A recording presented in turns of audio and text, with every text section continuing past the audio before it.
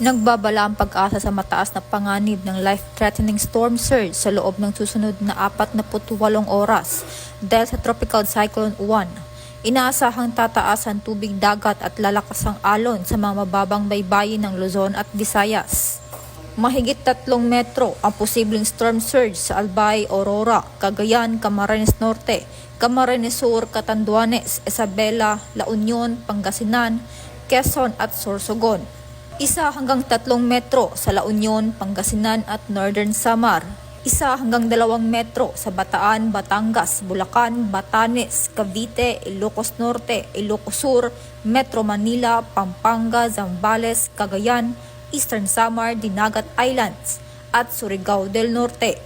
Pinapayuhan ang mga residente na umiwas sa baybaying dagat, kanselahin ang mga aktibidad pangdagat at lumikas sa mas mataas na lugar.